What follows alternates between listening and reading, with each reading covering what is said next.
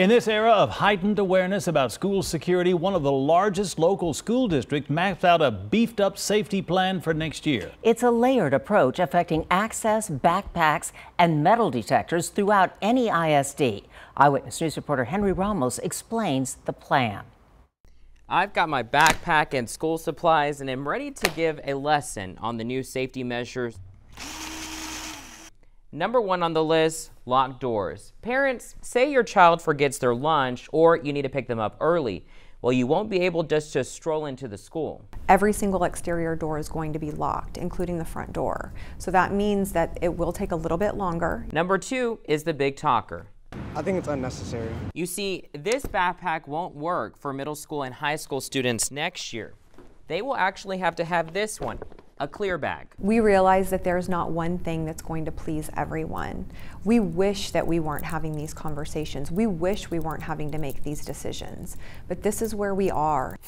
Number three, more officers. They will be added on campuses, specifically elementary schools. We're adding to those patrols so that they can monitor fewer schools and be able to be seen a little bit more. The last one is random handheld metal detector searches.